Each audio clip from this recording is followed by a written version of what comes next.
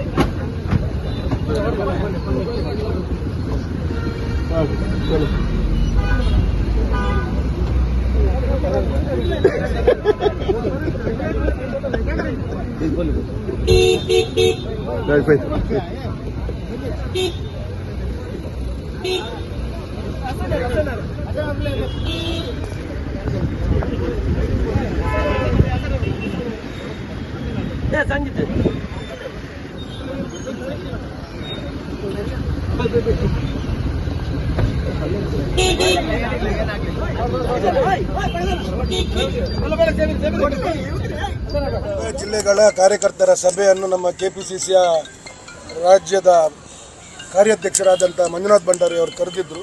ಈ ಕಾರ್ಯಕ್ರಮದ ಉದ್ದೇಶ ನಾವು 100 ವಿಧಾನಸಭಾ ಕ್ಷೇತ್ರಗಳಲ್ಲಿ 100 ಸ್ವಂತ ಕಾಂಗ್ರೆಸ್ಸಿನ ಕಟ್ಟಡವನ್ನು ಮಾಡಬೇಕೆಂಬ ಉದ್ದೇಶದಿಂದ ಸಭೆಯನ್ನು ಕರೆದಿದ್ದರು. ಇಡೀ ರಾಜ್ಯದಲ್ಲಿ 100 ಸ್ವಂತ ಕಾಂಗ್ರೆಸ್ ಕಟ್ಟಡವನ್ನು 26ನೇ ತಾರೀಕಿಗೆ ಸ್ವಂತ ಕಾಂಗ್ರೆಸ್ಸಿನ ಕಟ್ಟಡಕ್ಕೆ ಶಂಕುಸ್ಥಾಪನೆ ಮಾಡಲಿಕ್ಕೆ ಒಂದು ಸಭೆಯನ್ನು ಕರೆದಿದ್ದು ಆ ನಿಟ್ಟಿನಲ್ಲಿ ಸಭೆಯನ್ನು ಮಾಡಿದ್ದೇವೆ. ಏನು ಗೊಂದಲ? ಅಸಮಾಧಾನ ಯಾಕೆ ಅಂತ? ಅಸಮಾಧಾನ ಯಾವುದಿಲ್ಲ, ಯಾವುದೇ ರೀತಿಯ ಅಸಮಾಧಾನ ಇಲ್ಲ. ಪೊಲೀಸರು ಗನ್ಮ್ಯಾನ್ ಬಹಳಷ್ಟು ಜನರಿಗಿದ್ದಾರೆ, ಅದಕ್ಕೋಸ್ಕರ ಪೊಲೀಸರು ಏನಿಲ್ಲ. ಪ್ರಕಾಶ್ ಶೆಟ್ಟಿ ಅವ್ರಿಗೆ ಮತ್ತೆ ಯಾರಿಗೆ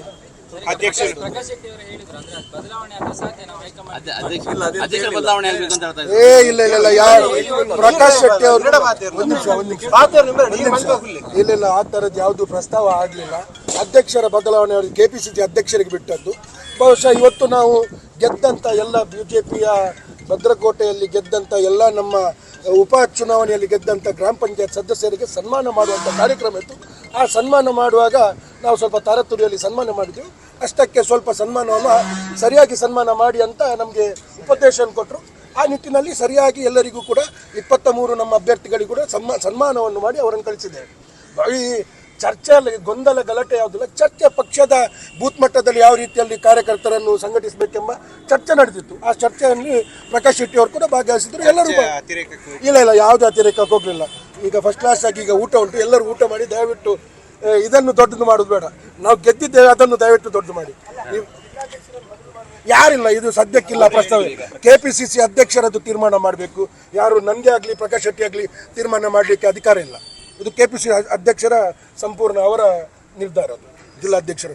ದಯವಿಟ್ಟು ಇದನ್ನು ಬೇರೆ ಯಾವುದು ವಿಚಾರ ಆಗಲಿಲ್ಲ, ಎಲ್ಲರೂ ಬಂದು ದಯವಿಟ್ಟು ನಮ್ಮ ಜೊತೆ ಒಂದು ಊಟವನ್ನು ಸವಿದು ಹೋಗಿ, ದಯವಿಟ್ಟು ಪ್ರೀತಿಯಿಂದ, ನಾನು ಪ್ರೀತಿಯಿಂದ ಎಲ್ಲರನ್ನು ಕರೆದಿದ್ದೇನೆ, ಬನ್ನಿ. ಇವತ್ತು ನಾವು 2 ಕಾರ್ಯಕ್ರಮದ ಬಗ್ಗೆ ಒಂದು ಸಭೆಯನ್ನು ಕರೆದಿದ್ವಿ. ಒಂದನೇದು ಅಂತ ಹೇಳಿದ್ರೆ ಮಂಗಳೂರಿನ ಕಾರ್ಪೊರೇಷನ್ ಚುನಾವಣೆಯನ್ನು ಯಾವ ರೀತಿ ಮಾಡಬೇಕು ಅಂತ ಹೇಳಿಬಿಟ್ಟು ಅದಕ್ಕೆ ಸಂಬಂಧಪಟ್ಟಂತಹ ನಮ್ಮ ನಾಲಿಗೆ ಸ್ಪರ್ಧೆ ಮಾಡಿದಂತಹ ನಮ್ಮ JR ಲೋಬೋ ಸಾಹೇಬರು ಮತ್ತು ಶಾಸಕರಾದಂಥ ಐವನ್ ಡಿಸೋಜ್ರವರು ಮತ್ತು ನಮ್ಮ ಪಾರ್ಲಿಮೆಂಟ್ ಚುನಾವಣೆಗೆ ಸ್ಪರ್ಧಿಸಿದಂಥ ಪದ್ಮರಾಜ್ರವರು, ಜಿಲ್ಲಾ ಅಧ್ಯಕ್ಷರು ಮತ್ತು ನಮ್ಮ ಕಾರ್ಪೊರೇಟರ್ಸ್ಗಳದ್ದೆಲ್ಲ ಒಂದು ಮೀಟಿಂಗನ್ನು ಕರೆದಿದ್ವಿ. ಆ ಮೀಟಿಂಗಲ್ಲಿ ಯಾವ ರೀತಿ ಚುನಾವಣೆಗಳನ್ನು ಮಾಡಬೇಕು ಅನ್ನೋದ್ರ ಬಗ್ಗೆ ಭಾಳ ಸವಿಸ್ತಾರವಾಗಿ ನಾವು ಅದನ್ನು ಡಿಸ್ಕಷನನ್ನು ಮಾಡ್ತಾ ಇದ್ವಿ.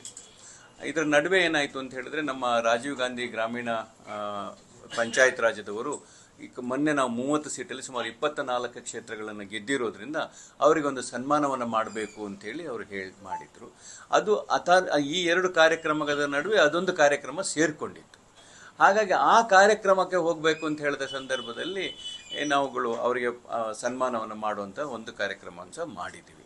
ಎರಡನೇದು ಕಾರ್ಯಕ್ರಮ ಕಾಂಗ್ರೆಸ್ ಪಕ್ಷದ 100 ನಮ್ಮ ಬ್ಲಾಕ್ಗಳಲ್ಲಿ ಕಾಂಗ್ರೆಸ್ ಪಕ್ಷದ ಒಂದು ಕಾಂಗ್ರೆಸ್ ಆಫೀಸನ್ನು ಕಟ್ಟಬೇಕು ಅಂಥೇಳಿ ನಮ್ಮ ಕರ್ನಾಟಕ ರಾಜ್ಯ ಪ್ರದೇಶ ಕಾಂಗ್ರೆಸ್ನ ಅಧ್ಯಕ್ಷನ DK ಶಿವಕುಮಾರ್ ಸಾಹೇಬರು ಅದೇ ರೀತಿ ಅಖಿಲ ಭಾರತ ಮಟ್ಟದಲ್ಲಿ ಒಂದು ನಿರ್ಣಯವನ್ನು ತೆಗೆದುಕೊಂಡಿದ್ದಾರೆ. 25ನೇ ತಾರೀಕು ಅಥವಾ 26ನೇ ತಾರೀಕಿಗೆ ಒಂದೇ ಸಮಯದಲ್ಲಿ ಸುಮಾರು ಕರ್ನಾಟಕ ರಾಜ್ಯದ 100 ಬ್ಲಾಕ್ಗಳಲ್ಲಿ ಫೌಂಡೇಶನ್ ಸ್ಟೋನ್ ಹಾಕಬೇಕು ಅಂತೇಳಿ ಒಂದು ನಿರ್ಣಯವನ್ನು ತೆಗೆದುಕೊಂಡಿದ್ದಾರೆ. ಅದ್ರ ಬಗ್ಗೆ ನಾನು ಯಾರೆಲ್ಲ ಚುನಾವಣೆಗೆ ಸ್ಪರ್ಧೆ ಮಾಡಿದಂಥ ನಮ್ಮ ವಿಧಾನ ಇದಕ್ಕೆ ಸಭೆಯ ಸ್ಪರ್ಧೆ ಮಾಡಿದಂತಹ ನಮ್ಮ ಅಭ್ಯರ್ಥಿಗಳನ್ನು ಮತ್ತು ಅಲ್ಲಿಗೆ ನಾವು ವೀಕ್ಷಕರನ್ನ ಹಾಕಿದ್ವಿ, ಅವರೆಲ್ಲ ಒಂದು ಸಭೆಯನ್ನು ಕರೆದಿದ್ವಿ. ಆ ಸಭೆಯಲ್ಲಿ ಸುಮಾರು ಒಂದು 8 ಜಾಗದಲ್ಲಿ ಈಗ ನಾವು ಕಾಂಗ್ರೆಸ್ ಪಕ್ಷದ ಒಂದು ಕಚೇರಿಯನ್ನು ಕಟ್ಟಬೇಕು ಅಂತೇಳಿ ಬ್ಲಾಕ್ ಮೀಟಿಂಗಿನ ಬಗ್ಗೆ ಒಂದು ನಿರ್ಣಯವನ್ನು ತೆಗೆದುಕೊಂಡು ಆಗಿದೆ. ಅಷ್ಟೇ ಬಿಟ್ಟರೆ ಬೇರೆ ಏನು ಯಾವುದೇ ರೀತಿಯ ಏನು ಆಗಿಲ್ಲ. ಅಂತೇಳಿದ್ರೆ ನಮ್ಮ ಪಂಚಾಯತ್ ರಾಜ್ಯದ ಒಂದು ವ್ಯವಸ್ಥೆಯಲ್ಲಿ ಅವರಿಗೆ ಸನ್ಮಾನ ಮಾಡೋ ಸ್ವಲ್ಪ ಆಚೆ ಈಚೆ ಆಗಿರೋದ್ರಿಂದ ಚರ್ಚೆ ಆಯ್ತೇ ಹೊರತು ಬೇರೆ ಯಾವುದೇ ಇದು ಆಗಿಲ್ಲ. Very clear.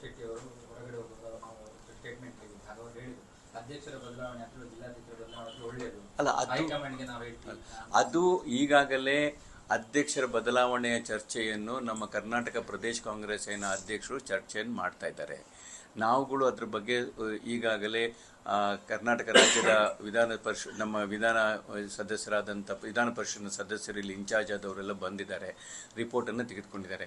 ಇದು ಕೇವಲ ದಕ್ಷಿಣ ಕನ್ನಡಕ್ಕೆ ಸಂಬಂಧಪಟ್ಟದ್ದಲ್ಲ, ಇಡೀ ರಾಜ್ಯಕ್ಕೆ ಸಂಬಂಧಪಟ್ಟಂಥ ಒಂದು ನಿರ್ಣಯವನ್ನು ತೆಗೆದುಕೊಳ್ತಾ ಇರುವಂಥದ್ದು.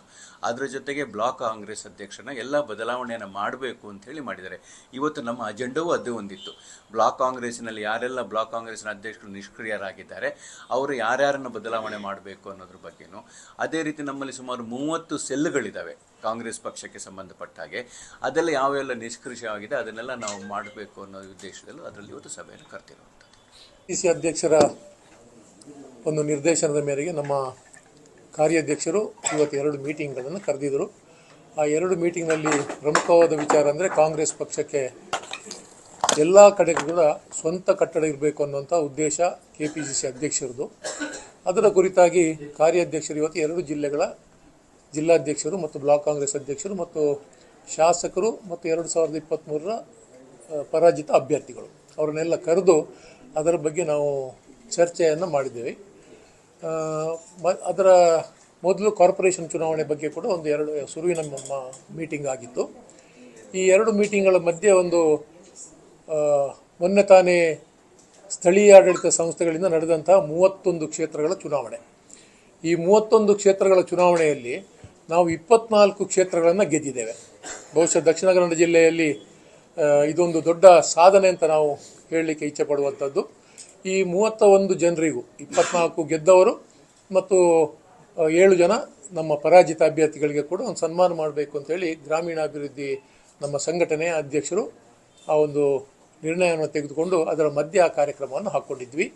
ಆ ಸಂದರ್ಭ ಕೆಲವು ಅವರನ್ನು ಕುರ್ಚಿಯಲ್ಲಿ ಕೂತ್ಕೊಳಿಸ್ಬೇಕು ಮಾಡಬೇಕು, ಸ್ವಲ್ಪ ಅರ್ಜೆಂಟ್ ಇತ್ತು ರಮಣತ್ರಯವರಿಗೂ ಜಯಪ್ರಕಾಶ್ ಹೆಗಡೆ ಅವರಿಗೂ ಅನ್ನುವಂಥ ಸ್ವಲ್ಪ ಚರ್ಚೆ ನಡೆಯಿತು. ಆ ಚರ್ಚೆ ಸ್ವಲ್ಪ ಜನರಿಗೆ ಗೊಂದಲ ಆಯಿತು ಬಿಟ್ಟು ಬೇರೇನೂ ಆಗಲಿಲ್ಲ. ಆದರೆ ಇದು ಪಕ್ಷದ ನಮ್ಮ ಕಚೇರಿಯ ಒಳಗೆ ಪಕ್ಷದ ಕಾರ್ಯಕರ್ತರ ಒಳಗೆ ನಡೆದಂಥ ವಿಚಾರಗಳು. ಇದರ ಬಗ್ಗೆ ನಾವು ಆಗಲೇ ಸನ್ಮಾನ್ಯ ಮಿಥುನ್ ರೈ ಅವರು ಮತ್ತು ನಮ್ಮೆಲ್ಲ ನಾಯಕರುಗಳು ಸೇರಿಕೊಂಡು ನಾವು ಅದನ್ನು ಮಾತಾಡಿಸ್ಕೊಂಡು ಅದು ಯಾವುದೇ ಭಿನ್ನಾಭಿಪ್ರಾಯಗಳಿಗೆ ಅವಕಾಶ ಇರಬಾರ್ದು, ಪಕ್ಷದೊಳಗೆ ಯಾವುದೇ ಭಿನ್ನಾಭಿಪ್ರಾಯ ಬರಬಾರ್ದು ಅನ್ನುವಂಥ ಒಂದು ಚರ್ಚೆಯನ್ನು ಮಾಡಿ ನಾವು ಇಬ್ಬರೂ ಕೂಡ ಮತ್ತು ಎಲ್ಲರೂ ನಮ್ಮ ನಾಯಕರುಗಳು ಅದನ್ನು ಮುಗಿಸ್ಕೊಂಡಿದ್ದೇವೆ. ಯಾವುದೇ ರೀತಿಯ ಅಹಿತಕರ ಘಟನೆಗಳಿಗೆ ಅವಕಾಶ ಇಲ್ಲ.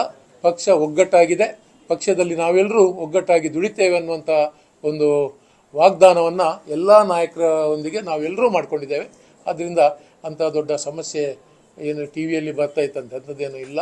ಪಕ್ಷದಲ್ಲಿ ಎಲ್ಲ ಸುಸೂತ್ರವಾಗಿ ಮುಗಿದಿದೆ ಅನ್ನೋದನ್ನು ನಾನು ತಮಗೆ ಸ್ಪಷ್ಟಪಡಿಸ್ತೇನೆ.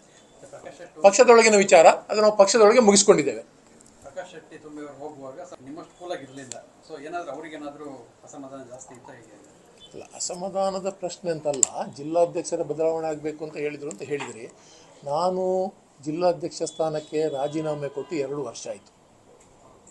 ಕಾರ್ಯಾಧ್ಯಕ್ಷರಿಗೆ ಗೊತ್ತಿದೆ, KPC ಅಧ್ಯಕ್ಷರಿಗೆ ಕೊಟ್ಟಿದ್ದೇವೆ, AICC ಅಧ್ಯಕ್ಷರಿಗೂ ಗೊತ್ತಿದೆ. ಬದಲಾವಣೆಗೆ ಕೆಲವು ಸಮಯ ತೆಗೆದುಕೊಂಡಿದ್ದಾರೆ. ಮೊನ್ನೆ ಕಾರ್ಯಾಧ್ಯಕ್ಷರು GC ಚಂದ್ರಶೇಖರ್ ಆಡಳಿತ ಅವರು ಬಂದಾಗ ಕೂಡ ಅದರ ಬಗ್ಗೆ ಕೂಡ ಚರ್ಚೆ ಆಗಿದೆ. ಎಲ್ಲ ರಾಜ್ಯದ ನಾಯಕರುಗಳು ಇದರ ಬಗ್ಗೆ ಇನ್ಫಾರ್ಮೇಷನ್ನ ಕಲೆಕ್ಟ್ ಮಾಡ್ಕೊಂಡಿದ್ದಾರೆ. ಸೊ ಪಕ್ಷದ ತೀರ್ಮಾನ ಏನಿದೆ ಅದು ಆಗ್ತದೆ. ಶೀಘ್ರ ಅವರು ಬದಲಾವಣೆ ಮಾಡುವಂಥ ಸಂದರ್ಭದಲ್ಲಿ ಖಂಡಿತ ಮಾಡ್ತಾರೆ. ಅದರಲ್ಲಿ ಏನು ಯಾರು ಕೂಡ ಪಕ್ಷದ ಅಧ್ಯಕ್ಷತೆಗೆ ಅಂಟಿ ಕೂತ್ಕೊಳ್ಳುವಂಥ ಪರಿಸ್ಥಿತಿ ಇಲ್ಲ. ಆದ್ದರಿಂದ ಅದು ಆ ಸಂದರ್ಭ ಏನು ಬರ್ತದೆ ಆ ಸಂದರ್ಭದಲ್ಲಿ ಆಗ್ತದೆ. ಅದಕ್ಕೆಲ್ಲರೂ ನಾವು ಬದ್ಧರಾಗಿದ್ದೇವೆ. Thank you.